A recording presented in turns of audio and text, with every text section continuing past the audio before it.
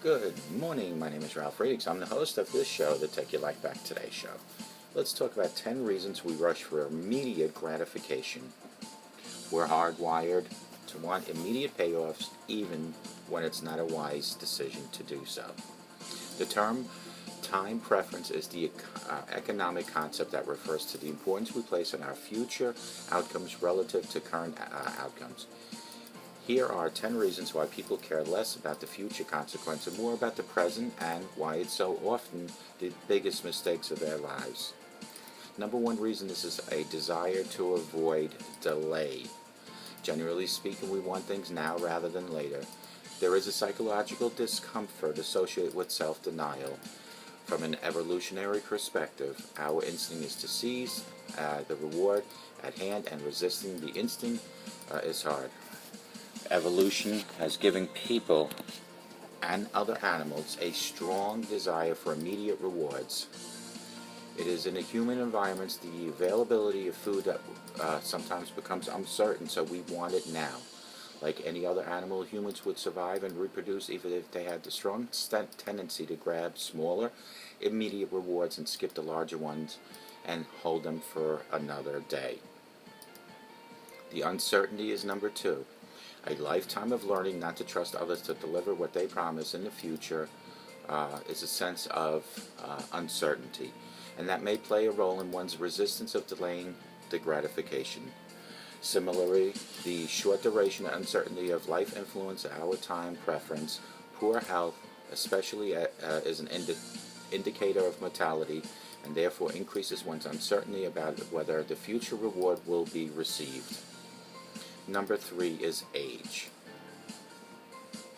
Young adults tend to be impulsive. Experiencing life events that bear lessons about time can change one's preference. For instance, experiencing the death of someone close encourages young adults to reflect upon their own long-term future and become more focused on these. Mark Twain once said, "Life would be infinitely happier if we could only be born at the age of 80 and gradually approach 18. Reverse the time. The 2008 movie, The Curious Case of Benjamin Button, is a dramatic illustration of the idea of aging. Number four is imagination. Resisting short-term reward in favor of longer-term reward requires a capacity to envision the distant future. Having a vivid view of the future is a sign of social maturity for young adults.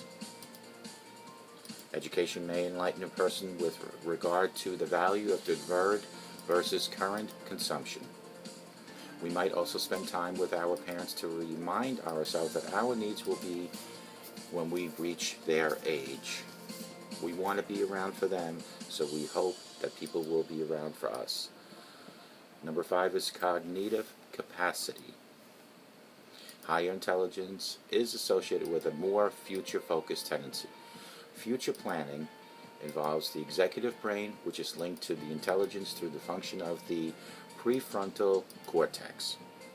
Children with high intelligence tend to be better in shifting attention from the effective properties of rewards.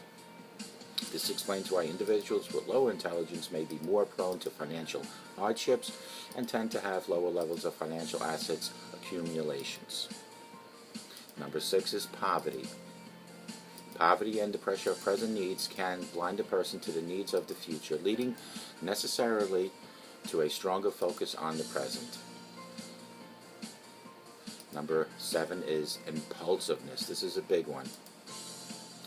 People with impulsive personalities are simply more prone to be spontaneous mood and to show intolerance to any delay of gratification. Individuals with impulsive traits are at greater risk for problems such as substance abuse and obesity. Number eight is emotion regulation. Time preference is associated with the emotional environment and early childhood development. Children of disengaged and unresponsive parents tend to have poor ability to delay gratification. Emotional distress also causes a behavioral shift towards hold on one second, we have a technical issue here. Let's close this up for a minute.